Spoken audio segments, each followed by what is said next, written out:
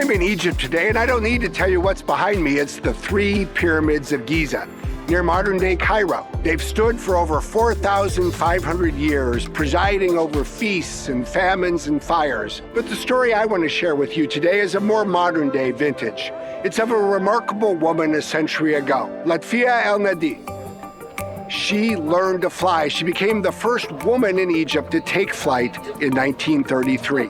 She was only 26 years old. It was 2 years after the airport opened in Cairo and Egyptian Air was founded. She needed to take flying lessons, and she asked her father for permission, for the money, so she could learn. He said no, but she was not to be deterred. She went to Egyptian Air. She applied for a job so she could earn the money to fly. They saw her potential, and they gave her that job. And after only 67 days of lessons, she earned her license and took to the skies.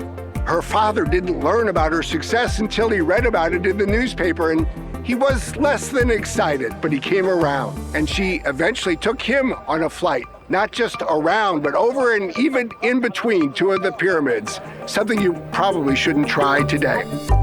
It's a wonderful story about who came first, but it's also a story about who comes next.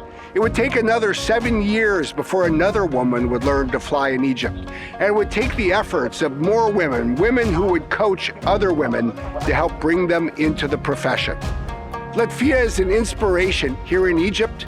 New female pilots refer to her as Mother Lutfiya. But it's also an inspiration not just to women learning to fly in Egypt, but I think to women wanting to take flight in all kinds of careers, in all kinds of professions, all around the world. Not just to be the first, but to be the next.